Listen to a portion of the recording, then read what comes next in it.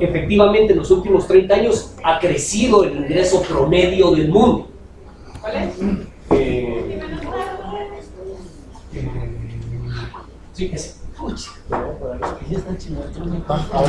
Habla ahora pues. Primero zombie, después grieta. Yo tengo una receta para combinar las tres cosas.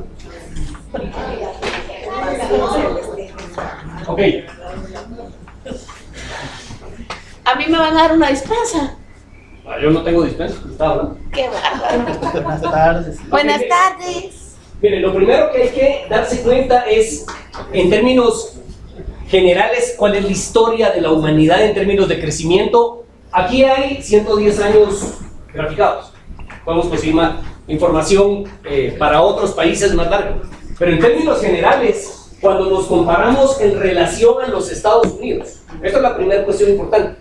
No nos estamos comparando contra el mejor país del mundo en términos de ingresos per cápita. El país que tiene el ingreso per cápita mayor es Luxemburgo. Aquí lo estamos comparando contra Estados Unidos en 100 años. ¿En dónde empezó Latinoamérica hace 100 años?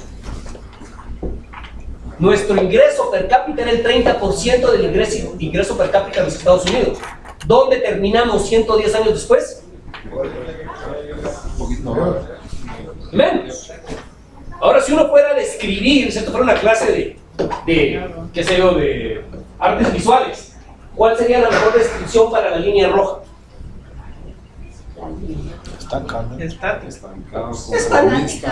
Estancado, conformista, plano. O sea, tiene algunas variaciones, pero es que nos fue bien en el periodo antes de la guerra. O sea, fíjense que la Gran Depresión casi ni nos pega mucho.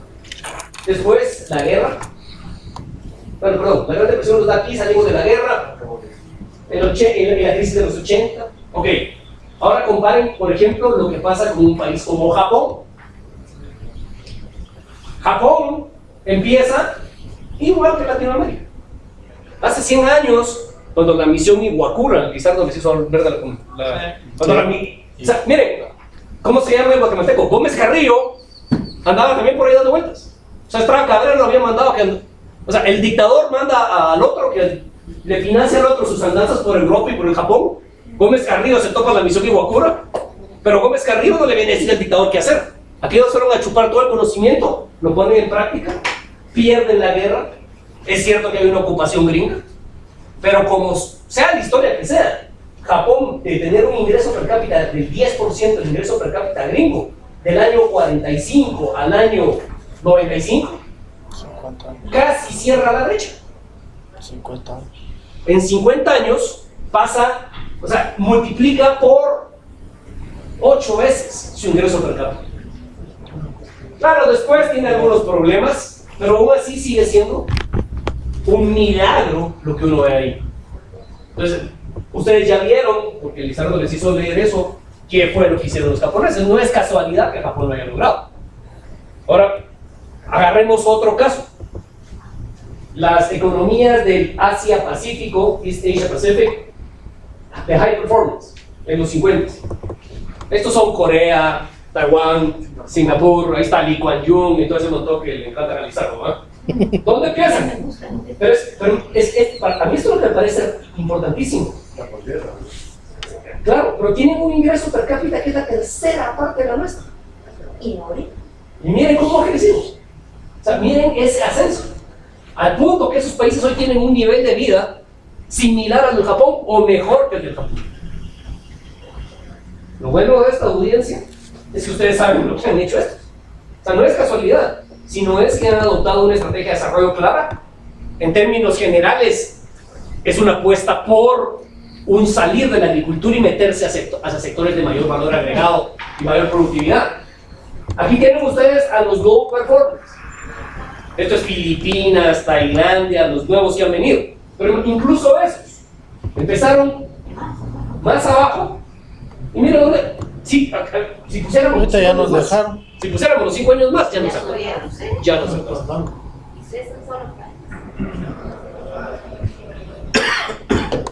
Sí, aquí está Indonesia, pero a lo que voy es que todos estos no es que hayan. O sea, no les cayó del cielo. Básicamente es un conjunto de políticas que van en la misma dirección. Miren a la China. Miren en dónde empieza la China. En menos,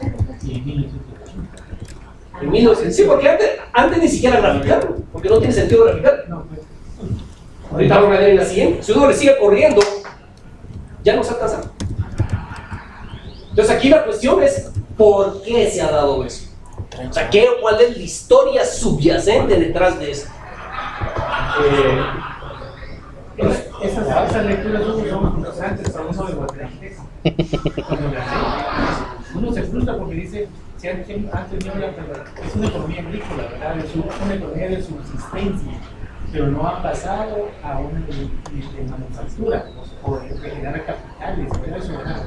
Entonces, la capacidad es de nosotros latinoamericanos, independientemente que hay países emergentes ahorita que están creciendo, ¿verdad?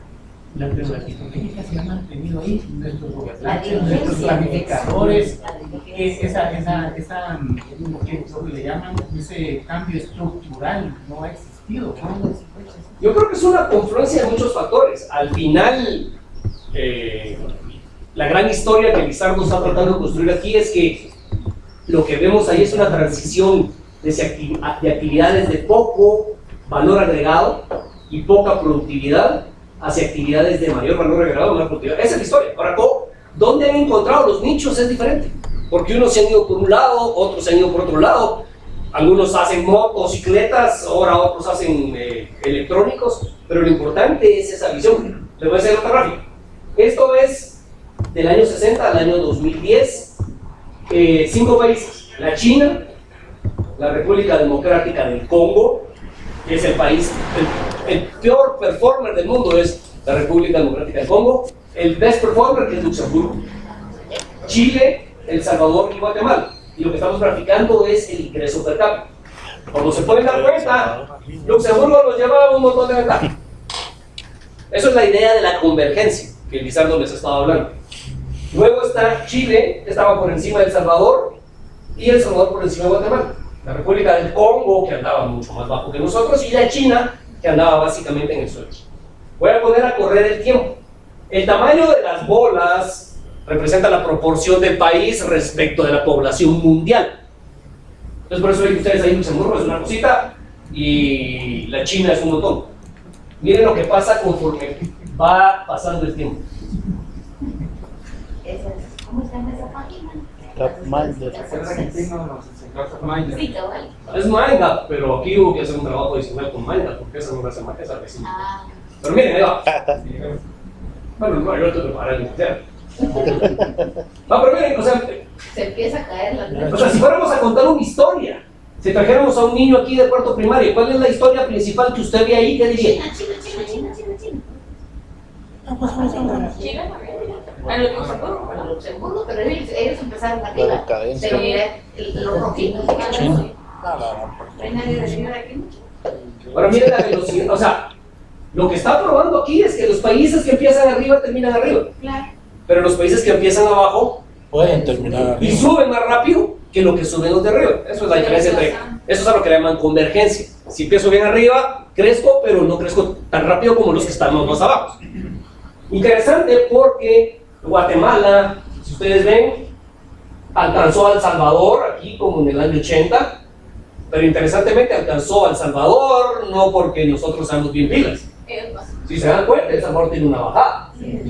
Vamos pegados aquí durante los 90s y a partir de la mitad de los 90s, El Salvador se empieza a despegar. O sea, ¿qué pasó ahí?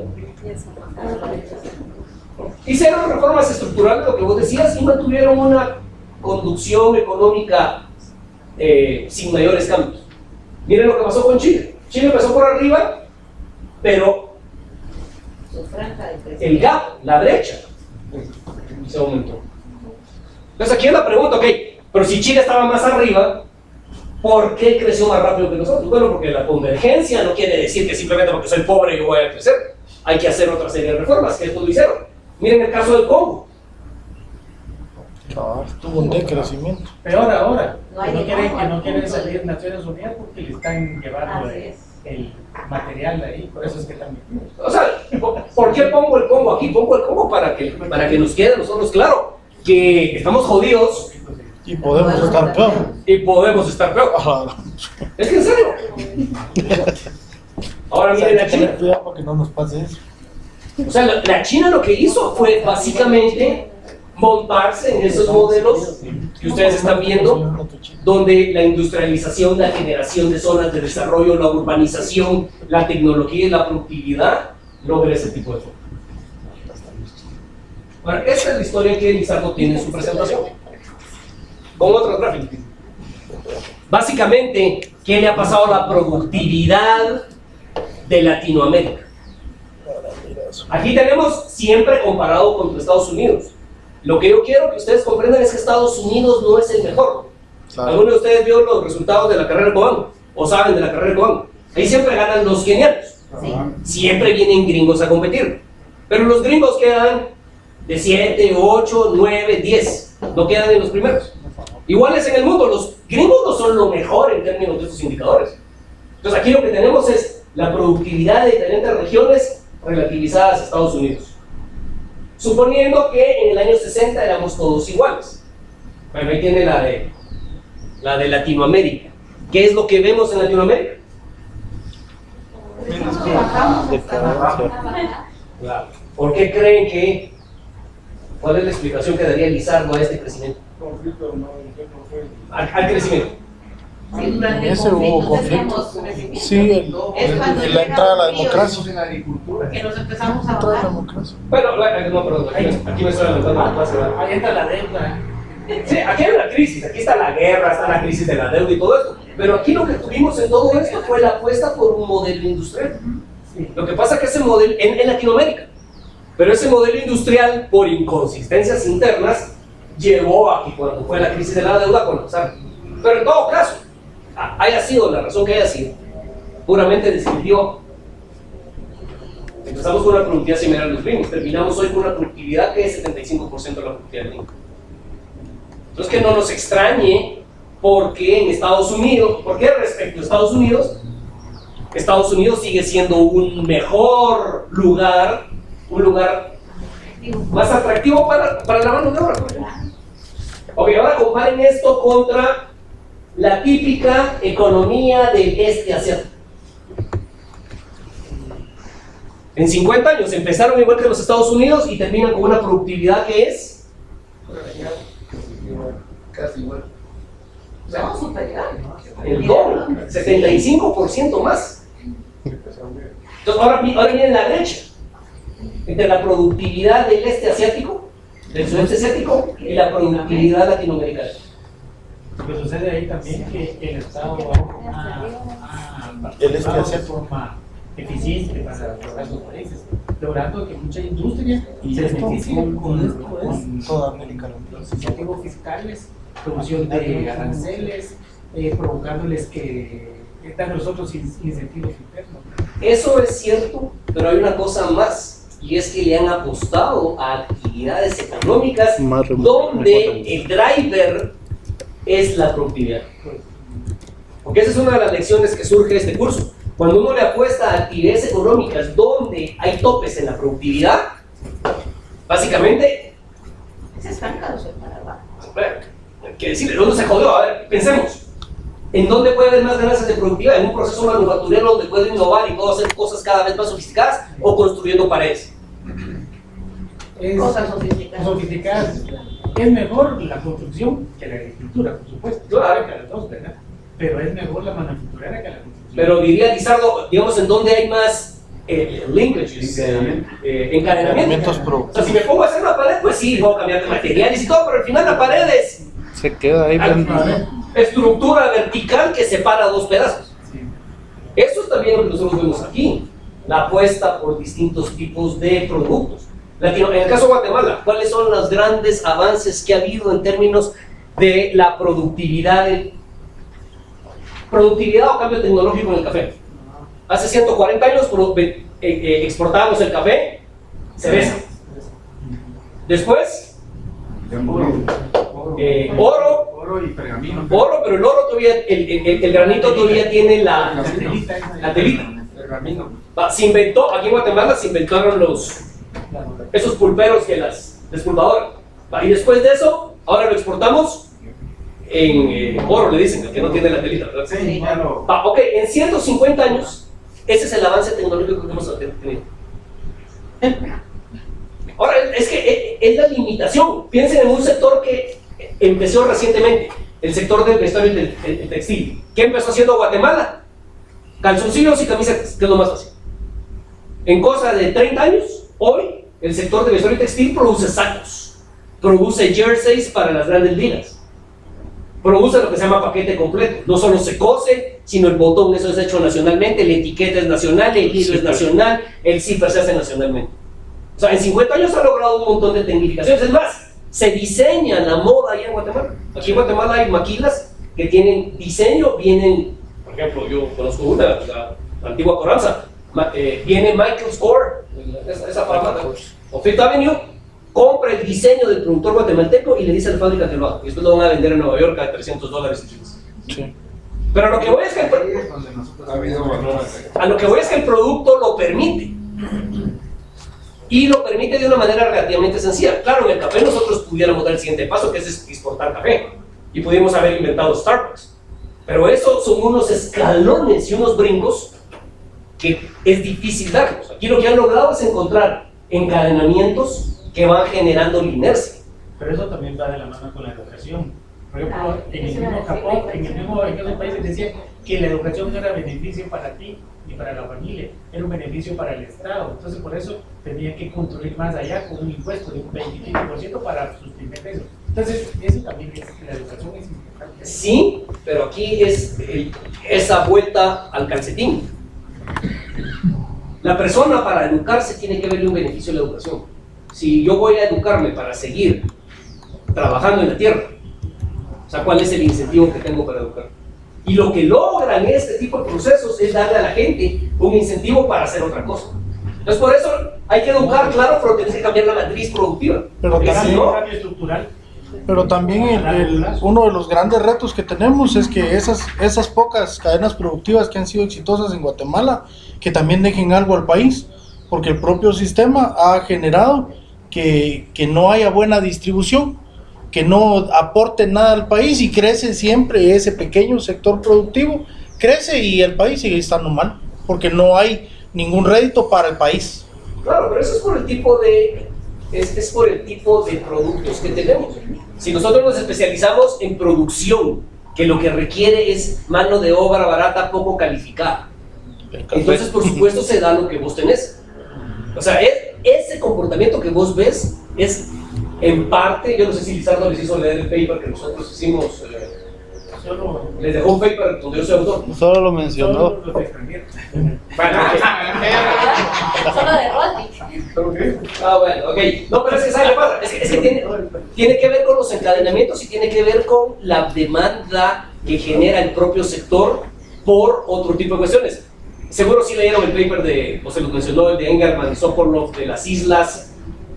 ¿Por qué en unas islas se desarrolla la esclavitud y bajo el mismo sistema legal en otros surgen las colonias del Atlántico Norte de los Estados Unidos?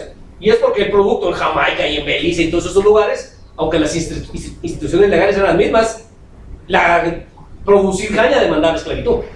Sin embargo, allá arriba, que se fueron por otros productos. No se necesitaba. Entonces, en parte es una mezcla de todo eso. Y aquí es donde se conjunta toda la explicación de los encadenamientos, la especialización y la apuesta esa por una diversificación productiva, que en este caso le han estado llamando ustedes industrialización. Aquí tienen la pérdida relativa de productividad respecto de Estados Unidos. Acá esos números son negativos, si se dan cuenta. Y aquí hay un montón de países del mundo. No busquen Guatemala porque no lo van a encontrar. Está más arriba, Exactamente. no dio la gráfica. Exactamente. Guatemala no tiene datos comparables para poderlo poner ahí. Pero lo que uno ve es que en esos mismos 50 años, un país como Nicaragua perdió 63% de productividad respecto a los Estados Unidos. Digamos, un país parecido a Guatemala, El Salvador, perdió 42. Honduras, 48. O sea, yo te diría que Guatemala está por aquí. Costa Rica perdió 36. Por ahí está. Al país creo que el único que se escapa aquí es Chile. Panamá. Panamá -2. Brasil -2.5. El único que creo que no está aquí es Chile. Eso sí tuvieron positivo. Después están todos. O sea, lo que estamos viendo aquí es el zoom de la gráfica anterior. ¿Cómo le va a cada país? Negativamente. Ahora, ¿qué quiere decir eso? Que nuestros trabajadores hoy son menos productivos en relación a los trabajadores con los cuales tienen que competir. El uso de nuestros recursos productivos son menos Valorados. eficientes, productivos que contra los cuales tienen que competir. Es siempre una pelea sin chance porque hay quien lo haga mejor. Hay que cambiar. Ahora, ahí está Guatemala. Esos son los numeritos para Guatemala. Uy, ¿Ustedes están tomando clase con Vanessa o ya tomaron? estamos tomando. Ah, bueno, ok, entonces. Ok, aquí tenemos los mismos 50 años, solo que para Guatemala. Estos, sí, exactamente. Pero, ok, ¿quién tiene el concepto de la mediana? La mediana es el valor que parte en dos la distribución. Va, ok. La mediana de la productividad en Guatemala es esta linita roja. Ni siquiera llega al 5. Tal vez al 1. Es más, hagan de caso que son alumnos de tercero primaria. ¿Qué número? ¿Esto qué número es? Menos, no llega al 1 quizás. Sí. Casi 0,1. Es como 0.7 en 50 años. Imagínense. Eso quiere decir que el 50% de los años, 25 de esos 50 años, No creció. la productividad ha estado de este lado. Ahora está tan cerca de cero que esto lo que nos está diciendo Más es fácil que, regresar que avanzar. que la productividad, en general, la productividad tiende a ser. Por eso dicen que la productividad de la década de los 55 al 75 se parece a la de 95 a la fecha. Hay gente que ha crecido como un 2%, pero ha retrocedido ahorita en el 95, 2005, según la lectura que hicimos. Claro, y donde se ve más claro es cuando vos ves, por ejemplo, 65, 80, 80, 95. O sea, todo lo que ganaste. Sí, correcto. Del 75 al 95 se pierde. Ahora, ¿cómo se ve eso reflejado? Se ve reflejado que el ingreso per cápita del guatemalteco hoy es similar al que había en el año 82. O sea, nos mamamos 33 años. ¿Alguien aquí tiene 33? Le da de creer. 33. Aquí tiene 33. Hoy aquel tiene el mismo ingreso per cápita que tenía su papá cuando aquel nació. Y la inflación ha sido increíble. Es que grande su apellido. Sí. Pero es realmente, es que, ¿sabe qué es al final? La gran discusión es cómo potenciar la productividad en toda la economía. Porque por supuesto que hay nichos. Y esos nichos son nichos que tienen una productividad grandísima. O sea, vayan a ver ustedes, qué sé yo, algunos tipos de exportación agrícola que la hacen en invernadero con alta tecnología. La productividad ahí es grandísima. Vayan a ver ustedes los call centers. Pero el problema es que son sectores muy pequeños para poder jalar a toda la economía. O sea, miren, los call centers, por más grandes que sean, no están empleando ni siquiera al 1%. Hay 5 millones de guatemaltecos en informalidad. El 10% de 5 millones serían 500,000. Estos emplean 50,000, es 1%. O sea, por más productivos que sean, no alcanza a derramar. Otra cosa que no está aquí, pero con Lizardo y con Jaime lo hicimos, nos metimos a estudiar empresas en lo individual dentro de un sector económico. O sea, fuimos con las empresas, les pedimos que nos enseñaran sus estados de resultados, que nos enseñaran sus planes de producción y calculamos la productividad. Y ordenamos a las empresas entre las que menos productivas eran y las que eran más productivas.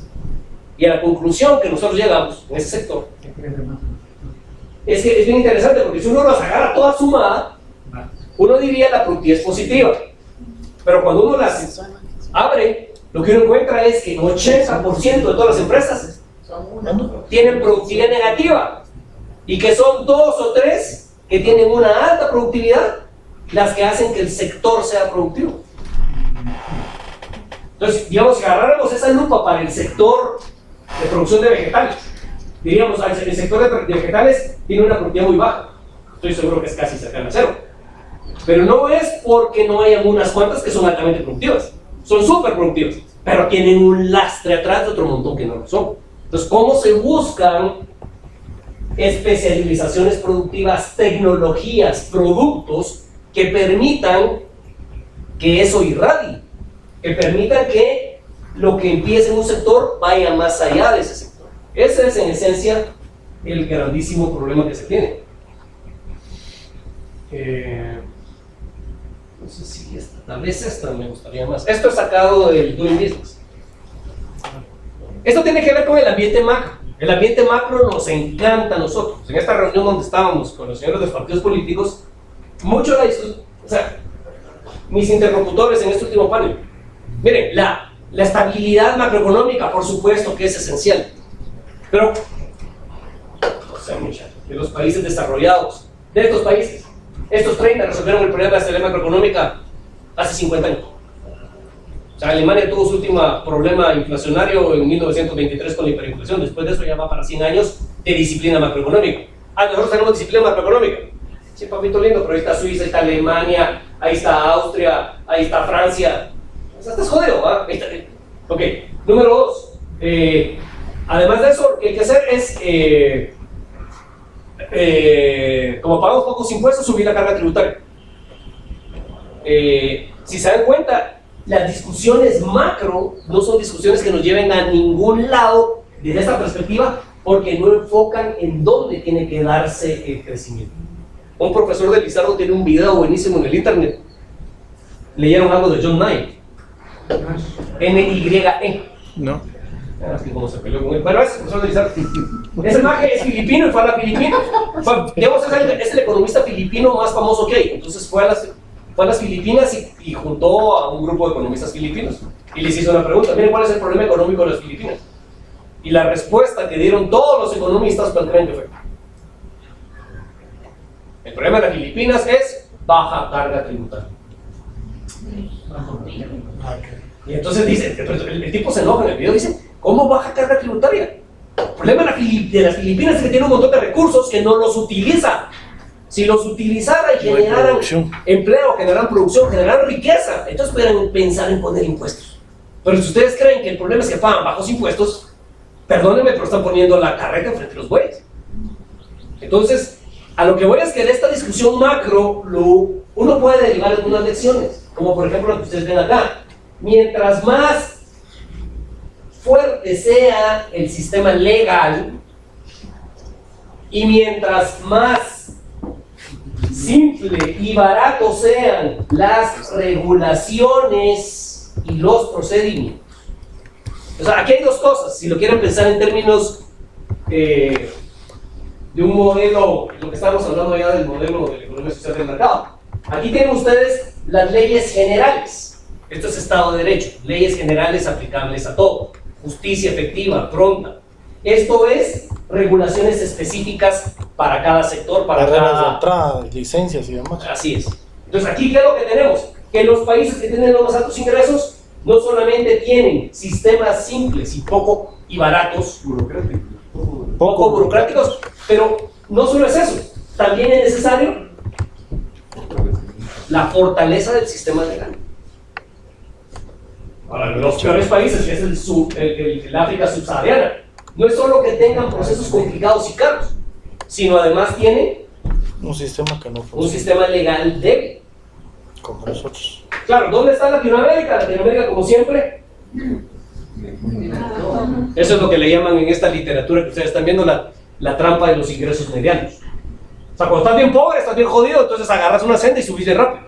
Cuando estás rico, pues, aunque la senda no es tan Tan empinada ahí va. tan empinada, y vas. Pero cuando estás en medio, Ni siquiera crece, ni siquiera baja. Vale, madre.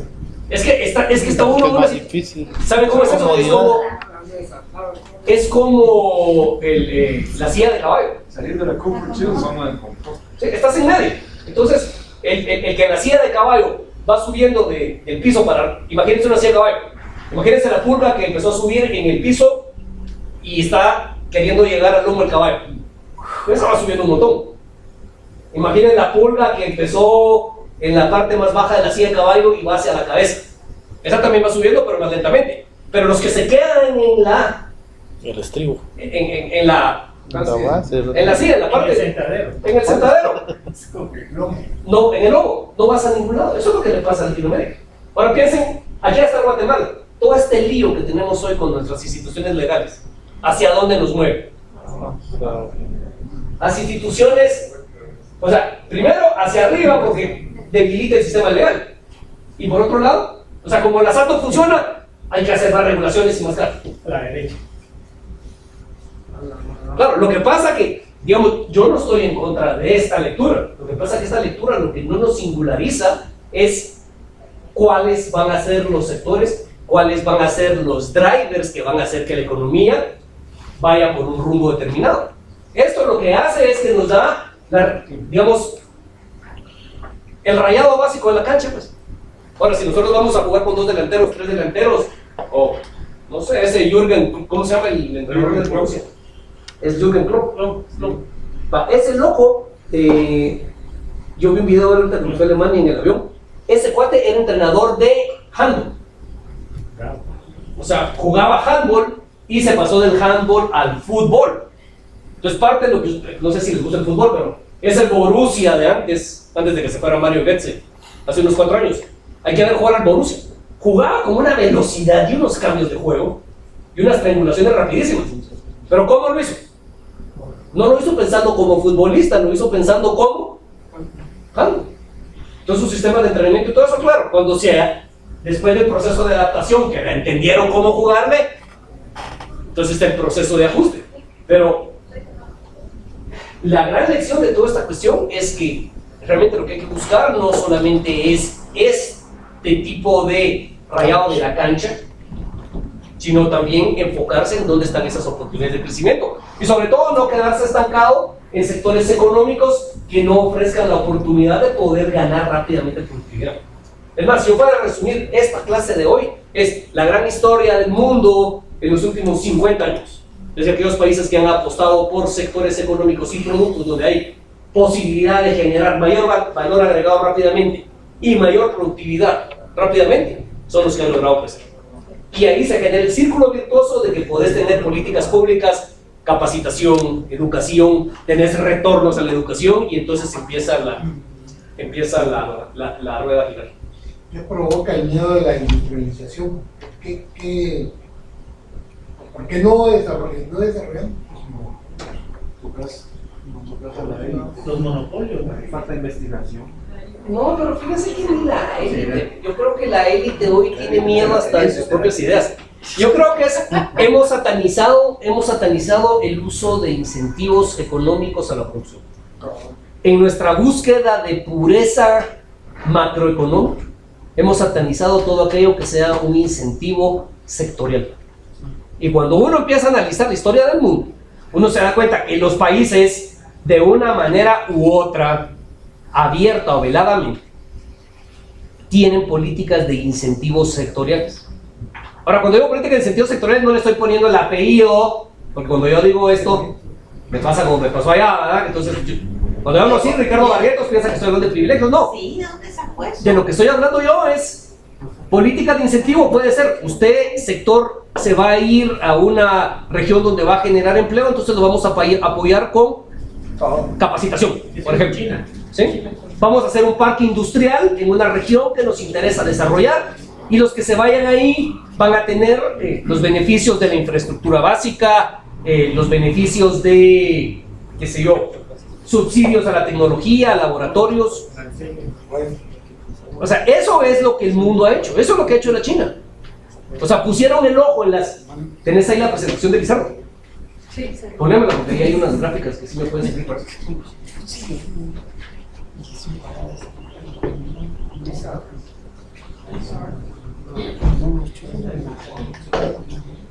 Bueno, luego le pregunté a Lizardo por qué iba a estar en ese hotel donde hay mala producción. Yo pensé que se estaba esperando, pero puede ser que haya encontrado cosas. Sí, yo me lo pregunté ahorita que lo estaba pensando. Esa es una buena excusa para que tiene que estar en un lugar donde hay poca conexión. Está conectado. Sí.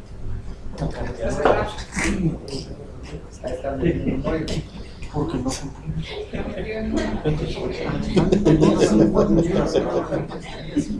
Sí, efectivamente. no se mandan. Algoritmos que me estás haciendo. Tener pensamientos. No respondo por lo que piensas, solo por lo que ves. Mira, allá te malentendieron aquí, estos pendejos son terribles. Sí, me va a decir lo mismo. No me dijiste nada, soy yo, pues, sabroso. Yo estaba hablando de que no me enseñé. Solo fui consciente de la magnitud de lo que conocía. Sí. Ver la cara de mí. 14,066, ¿va? No vi. Va. Ese es parte.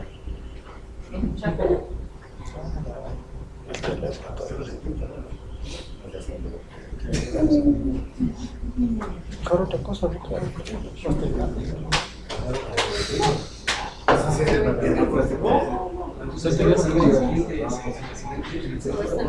Ya está full. ¿Qué era lo que comía?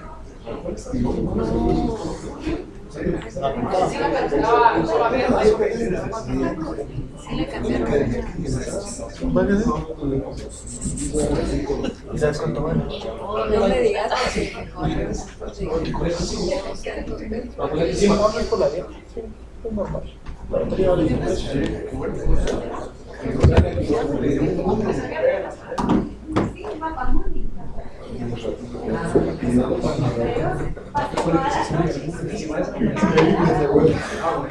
Va, ok, miren, aquí hay otra gráfica de estas en el tiempo. Lo que estamos viendo aquí es el PIB per cápita contra la inversión como proporción del PIB. Miren la historia de estos 50 años. O sea, toda esta literatura que ustedes han estado viendo dice que a mayores niveles de inversión, mayores niveles de ingreso. Y si la inversión tiene los factores, apropiados, entonces se generan los spillovers, los encadenamientos. Ok, igual que la vez pasada, o sea, ¿cuál es la historia que resalta ahí? Ni nos movemos. La historia de la China y la historia de la India, que empiezan con niveles de ingresos muy bajos respecto a Guatemala, pero que en la medida que fueron aumentando sus porcentajes de inversión respecto al PIB, empieza a crecer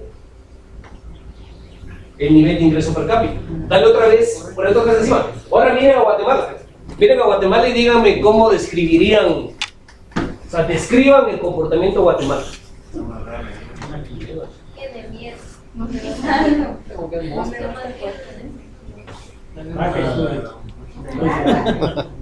No se decide si subir o bajar. Me gustan los actos. Va bien. Va bien, sin dirección, Sí, los ciclos. Zona de Sí. Está en el sentadero, dijeron. No hay rumbo, no sabe para dónde. La China y la India van directo a donde. Allá sí parece El estancamiento. No hay objetivo. Claro, la China, el expreso de Oriente, clarísimo hacia dónde va. La India empieza después, pero también claro. En el caso de Guatemala, todo lo que dijeron, a mí me parece que es como un no. O sea, vamos, no vamos. Indecisos. Ahora mira el caso de Luxemburgo. Esto es parte de lo de la convergencia. Un país riquísimo que en los 60 se invertía 30% de su producción. ¿Qué ha hecho en los últimos años? Bajar. Incluso ahorran menos, porque son tan ricos que ya no necesitan ahorrar tanto. Pero, entonces, claro, país rico, eso es parte de la convergencia. País pobre. Esta falta de direcciones creo que es lo que nos tiene nosotros donde estamos. Ahora, básicamente el método que Lizardo está practicando es analicemos institucionalidad comparativa. Comparar instituciones. La diferencia son la apuesta que cada uno de estos países ha hecho por diferentes. Ahora pasame la siguiente porque aquí la tengo. Esto no tiene nada que ver, pero esta es importante verlo. Este es el empleo formal sin sector público en los últimos 33 años. La misma cosa. Una Estamos caída. igual que en Es que 1980. en el IX se reporta el empleo que generan las municipalidades y que genera el gobierno central. Si lo sacamos, porque ese no tiene que ver necesariamente con el valor productivo, Correcto. que desarrollo. Entonces, Estamos casi sí, igual en que los en 80 hubo un 1980. problema, pero a partir de 80 y tantos se revierte, digamos, esto es 84, digamos. De 84 a 2014 hemos pasado de 400,000 empleados formales a 600,000 empleados formales. Pero si tomamos también desde el 80, antes de eso, casi que estamos igual. Estamos a los O mismos. sea, Los patojos no. del 80 hasta ahorita estamos casi Mi igual. papá de Cortijo. Esta generación 80 no está lo- Claro, pero es que miren, a esta velocidad no solo no generamos el empleo. Es menos que vegetativo eso. Si ustedes se preguntan, menos que operativo, si se preguntan en dónde está, dale clic a la siguiente. ¿En dónde está trabajando esa gente? Dale, Todos en el Estado. dale más, dale más. Dale Creo que está eso en el sector público. más, otro más. Informalidad, el 70%. No, pero eso lo que quiero es que miren en dónde están trabajando. En la agricultura. Está produciendo maíz. O sea, la mayor parte de nuestra gente sigue en la agricultura, otras sigue en comercio, pero comercio es una manera interesante de clasificar informalidad ambulatoria, El chiclero. cuenta propia, el pequeño. Manufactura, que es el nombre que hemos usado para llamarle a estos sectores de valor agregado. 13.7. Claro, pero lo que pasa es que si ustedes analizan la industria antes era el 20% del PIB. Nos hemos ido desindustrializando. Si ustedes analizan las exportaciones de Guatemala, la oferta de exportaciones de Guatemala hace 20 años tenía más productos industriales en los primeros 20 productos que lo que tiene hoy. Por eso la balanza comercial siempre es deficitaria. Claro, porque somos un país que básicamente importamos todo. Lo cual no necesariamente es malo, porque mientras tengas guatemaltecos que nos mandan las remesas, es poco importante. Ahora pasar a la siguiente. Ahora, ¿en dónde están los mejores salarios? Información y comunicaciones. Ya viste, por eso los crean. Actividades financieras. Pero tiene administración pública, porque esto, Algo que me tengo actividades profesionales. Bueno, industria no es lo mejor, pero industria, en términos relativos, Casi 3 veces. Mejor que la. ¿Y a qué conclusión podemos llegar ahí entonces, comparando los países que hemos estado nosotros estudiando? Que el sector público, no, que el sector público bien, por ejemplo, dice que un sector público bien estructurado, formado, es el que va a velar porque en la iniciativa privada, a través de las instituciones entregas, se hagan bien, porque tenga, que sea el producto, ¿verdad? Una serie de cualidades y virtudes que tiene que tener la persona, porque tú decías, la parte legal. sí, en efecto, eso es parte de lo que esta literatura dice. Todas estas políticas industriales tienen que ser administradas desde un sector público. Políticas industriales, Digamos que no puede tener un rol pasivo el gobierno en la actividad económica. Tampoco debe ser el que lo maneje, pero sí. debe tener un rol activo. Y en términos de estas historias que cuenta que se están tejiendo aquí, es que el sector público no puede emplear, no puede ser el principal empleador, no puede Porque no es ser. el sector público no es No, productivo. el sector público debe Por de definición. apoyar a la industria para que crezca. Y tampoco puede ser, como también decíamos aquí en la vecindad, que los beneficiarios de los programas de asistencia social sean siempre los mismos. O sea que ahí es donde nosotros realmente lo que hay que hacer es transicionar a la gran masa poblacional que esté en actividad agrícola de subsistencia hacia sectores donde haya más valor agregado. Por lo menos Necesitas duplicar. tecnología, capacitación, educación, nueva urbanización, sobre todo inversión para poder Educación. hacer todo eso. De esa manera uno puede dar esos brincos. La diversificación. ¿Sí? Pero debemos entender lo que representa el brinco, porque eso es lo que han hecho sus países. Cuando se metieron en estas sendas de desarrollo, se comprometieron e hicieron las reformas necesarias para ir generando todos los servicios de apoyo que necesita. Yo no quiero hablar de industria, información y comunicaciones. Mire, si pudiéramos brincar de acá para acá, hacemos el brinco. Qué lindo fue. Y probablemente va a haber forma de hacerlo, porque estamos cada vez descubriendo nuevas cosas. Pero por de pronto pasemos a estos para acá. Por lo menos. Con que agarráramos, miren, con que multiplicáramos por 3 el empleo industrial. Fuera del área, fuera de Guatemala. 500,000 de empleos industriales fuera de Guatemala. Hagan de caso en el puerto de San José y en Puerto Barque. O pongan 1,000,000. Pudieran tener 2 ciudades ahí con otra visión. En algún momento los polos de desarrollo se referían a eso. El concepto es el mismo, lo que pasa es que hay que entenderlo a la China. Ahí sí les diría yo esas lecturas que ustedes van a hacer de la China si no las han hecho. Hay que pensarlo como lo hace la China, porque por eso lograste abrir otra. O sea, no solo se trata de cambiar de sector, sino de hacerlo efectivo. ¿Dónde queda el crecimiento poblacional ahí? Que La densidad.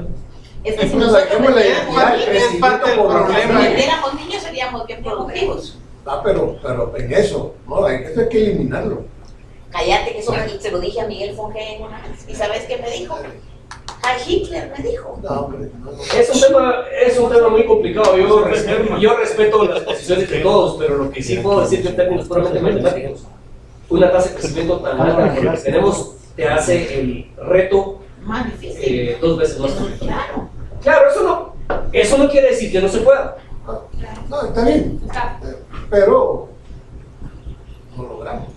Sí. Bueno, eso fue lo que hablamos, esas son otras formas de ver lo mismo. ¿Qué lecciones hemos aprendido? Eso también ya lo vimos, eso lo expliqué de otra forma. Bueno, Lizardo va a subir esta, pasar esa.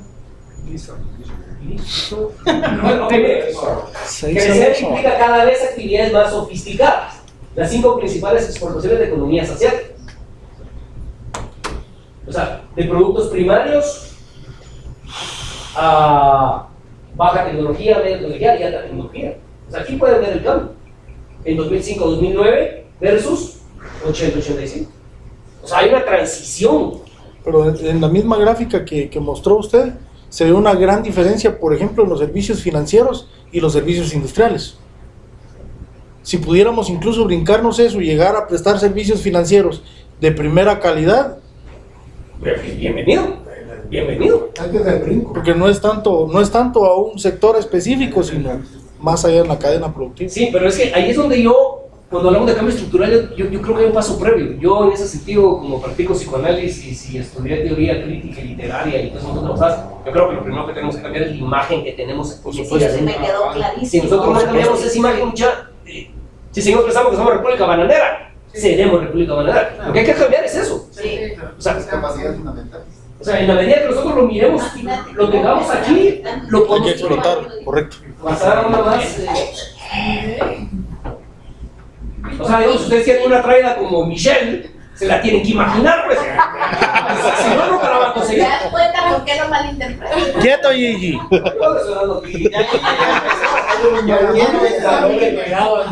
Milton, aguas. Empezó a publicar fotos.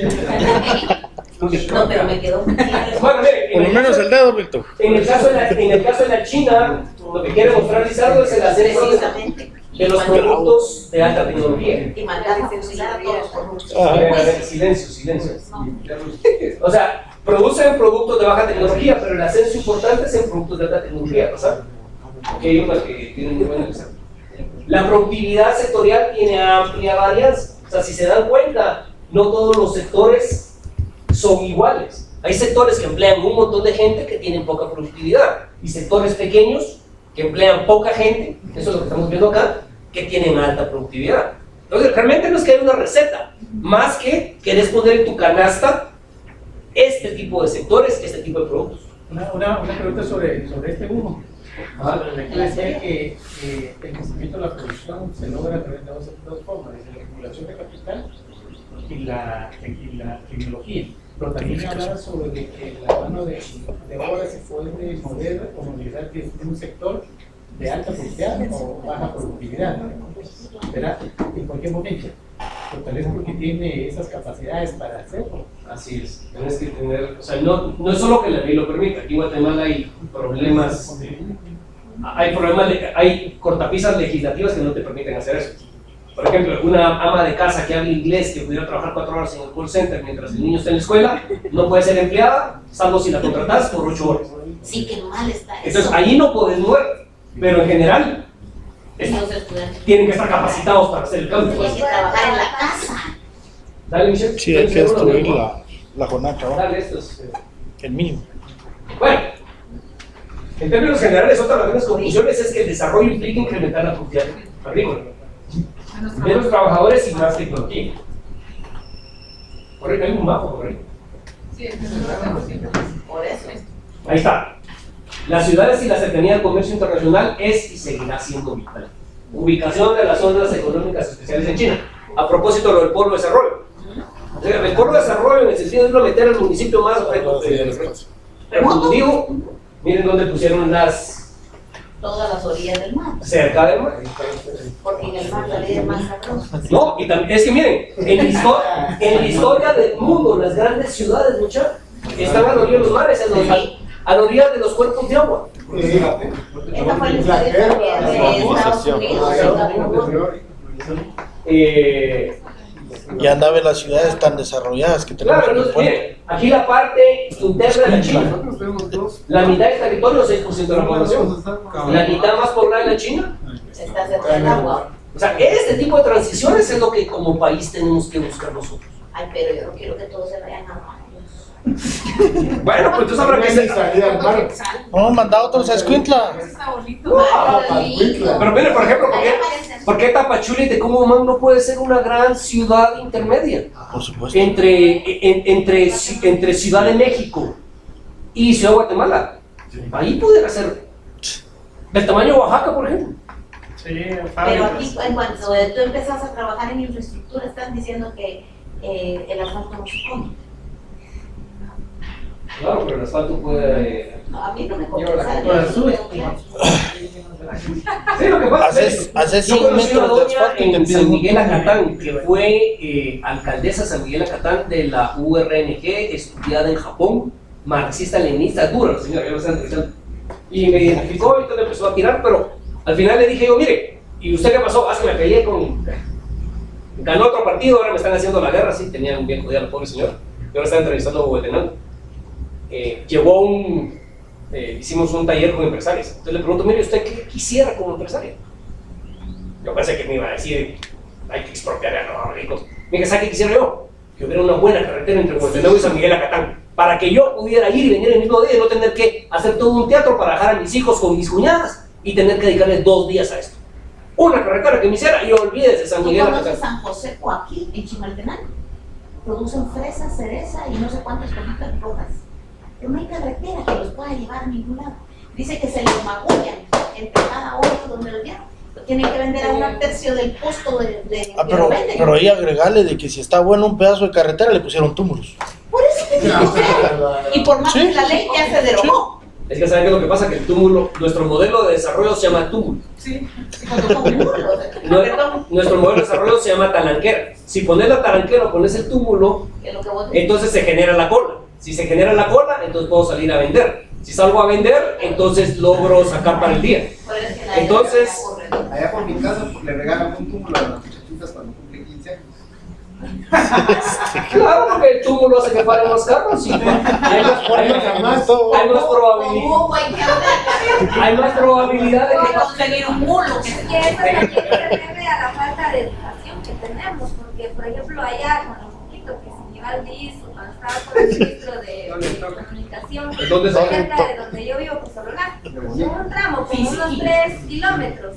Quedó bonita la carretera, las camionetas pasaban como en Chavala, mataron a 3 niños, las personas pusieron como 6 túmulos en ese pedacito. eso se entiende perfectamente. Yo lo que estoy tratando es desafiar su modelo mental. Si el modelo mental es poner una talanquera, realmente eso no es esto que estamos viendo aquí. Ya que una de las razones por las que en Estados Unidos las carreteras no tienen población cerca de 6, ¿por qué no podemos nosotros cambiar el plan? Pero además de eso, ¿por qué no podemos hacer carreteras exclusivas solo para A ver, silencio, aquí tienen una pregunta. Antes de que usted entrara, estábamos hablando de la parte política, de la parte digamos, ¿De qué estamos hablando? De la voluntad política que debe existir para realmente implementar planes de desarrollo de largo plazo, pero en una, o sea, ya aterrizando en la vida real, porque sí hemos analizado varios modelos, y yo creo que un punto en común que tienen es esa visión de nación que viene, que emerge del por sector un lado, político. por otro lado, esa voluntad política para implementar esos planes de más largo plazo, pero si cada vez que hay un cambio de gobierno hay una política distinta, entonces es muy difícil que se logre un desarrollo. Miren, yo aquí, La política. ok, esa pregunta que la responda Lizardo, yo les voy a dar mi propia opinión a como miro esto. Yo creo que nosotros en una sociedad democrática de mercado, como la nuestra, lo que debiéramos reformar nuestra forma de entender es el conflicto es inherente a este tipo de sociedades. Entonces, si nosotros entendemos que el conflicto es inherente a este tipo de sociedades, pero somos capaces de moldear los conflictos de manera que sean conflictos de negociación y reparto, entonces pudiéramos lograr un compromiso mínimo en una dirección. Pero lo importante, ok, ¿por qué digo? Aquí hay dos elementos: conflicto de negociación y repartir versus conflicto de todo o nada. El conflicto de todo o nada es: yo soy musulmán y usted es cristiano, y aquí no hay otra que usted o deja, o me convierte, pues lo convierto, o me mata, o me... Okay. Ese tipo de conflictos, el problema es que no llevan a nada. Solo, y lo que pasa es que pueden tornarse violentos. Los conflictos, que son conflictos de negociación y de reparto, permiten que se vayan viabilizando cambios. El problema que al menos yo tengo, es que yo jamás lo había pensado así, esto es una lectura que recientemente estoy haciendo, es que uno tiene la idea de Alicia en el País de las Maravillas o la Cenicienta, después de que le dan el beso a la princesa. Entonces ya se acabó el conflicto, debe ser algo completamente natural y armonioso. Pero si pensáramos es que sí, que siempre vamos a estar negociando, renegociando, pudiera ser posible encontrar una senda de crecimiento, aunque no fuera suave y estable, por lo menos pudiéramos tener nosotros episodios en los cuales crecemos, pero cuando sumamos la historia, lo tenemos positivo. Entonces, esa es una manera que yo estoy tratando de entender. Entendamos que siempre vamos a estar en este proceso de renegociación continuo, pero siempre y cuando lo podamos mantener dentro de los límites de que es me das, te doy, es un quitar y dar, a veces gano, a veces pierdo, pero al final voy a estar mejor. Ahora, lo que pasa que de la otra forma es, o es de mi manera o es de tu manera. Y entonces ahí es, probamos de esta manera y después al otro lado. Sería eliminar el radicalismo, pero mantener la conflictividad. Es pensar que la sociedad democrática, es que además esa es la historia de Occidente, en las sociedades democráticas hay conflicto. Lo que pasa es que lo importante es mantener el conflicto en rangos en los cuales puede haber negociación. Cuando se rompe ese problema, pues entonces vienen los bandazos. Muchos en este grupo ya concluimos en que vamos a desarrollar proyectos de desarrollo para fines del curso, pero estamos convencidos que lo que hay que hacer es gobernar y ahí hay que tomar las decisiones. ¿No? Porque ahí vimos, la gráfica es que andamos ahí de un lado para el otro. O sea, yo creo que si aunque le apostáramos solo a la agricultura, pero que fuera solo eso, seríamos especialistas en eso, no seríamos especialistas en nada. Claro, además de todo eso hay que tener claro que tenemos que ir a algún lado, ¿verdad? Si no tenemos ni siquiera claro eso, entonces... Bueno, además se distribuyen los puestos en el gobierno, no sé cuál querer vos.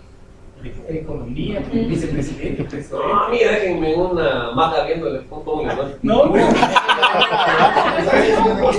para cuando se lleguen los chavos hasta yo bien viejo. Los chavos si tienen 30 años les falta como 15 solo para... No, ya, en 10 años ya tenemos mucho poder. ¿Por qué si hay unos patojos en el Congreso? Uy, chico. No, yo estaba pensando de presidentes, pues son tan chavos. Imagínate, y entonces Germán dice. Chavito. Ya. ¿Cuántos ¿A quién le vamos a casar? Soy el jefe A ver, silencio, silencio, silencio, silencio. Yo lo que me he dado cuenta, en los casos que hemos estado analizando, Alemania, Inglaterra, probablemente asiático, me he dado cuenta que la intervención del Estado ha sido agresiva. Punto número 1, punto número 2, inculca un nacionalismo, pero no andan como La que meritocracia. preguntando mucho, o sea, tiran la línea y mucha, o sea, pero dirigen la proyección, o sea, tienen la meta, la visión, y bueno, el país, vamos para allá. Pero yo también siento que aquí nos sentamos y quedamos en el asambleísmo que hablábamos en otros cursos, ¿verdad? Que mucha negociamos y nunca terminamos nada, o sea, nunca vamos a tener a todo. No terminamos de negociar. Entonces, yo no sé. Claro, es que por eso lo que yo decía es, si sabes a dónde ir, podés, en un marco de un conflicto permanente, ir renegociando. Pero si no sabes a dónde jodidos ir, entonces... El que no sabe a dónde va, con el aire lo empuja. Bueno, mucha. No, desgraciadamente estábamos empezando. Casi tengo una última pregunta. Vos tenías Ahí va la lista. Nosotros existíamos para los países que se han desarrollado de manera... Ahí se nota. Silencio, silencio, silencio, silencio, silencio. Que esos países que se han desarrollado no han sido democracias, o sea, el gobierno ha Dictador de manera dictador benevolente. Casi, ¿verdad? Casi. Entonces, Claro, eso es un poco... había dos conclusiones en dos conferencias que tuvimos, una la dio ayer me acuerdo, pero los dos de pensamientos totalmente opuestos y los dos concluían en lo mismo. Tenemos una deficiencia de valores y de valores fue de los dos, la solución de los dos. Y la solución era, no se la creía, pero ellos la pronunciaron. Decían, o un dictador o una crisis para tocar fondo. Ya llegamos a Yo creo que estamos en la crisis. Entonces se quieren analizar Sí, yo creo que estamos lejos de la crisis. Miren el Congo. Miren el Congo. Pero miren nuestra estabilidad política. Miren lo que ha estado pasando. Estamos cerca de tocar fondo. Ahorita que se echen a uno en una protesta de Valdizón, Yo creo que los argentinos demuestran que siempre hay un fondo más. Siempre se puede caer más. posiblemente llegue la señal. Y mira, y otra vez. Pero ya, bueno. Muchas gracias, Hugo. Esta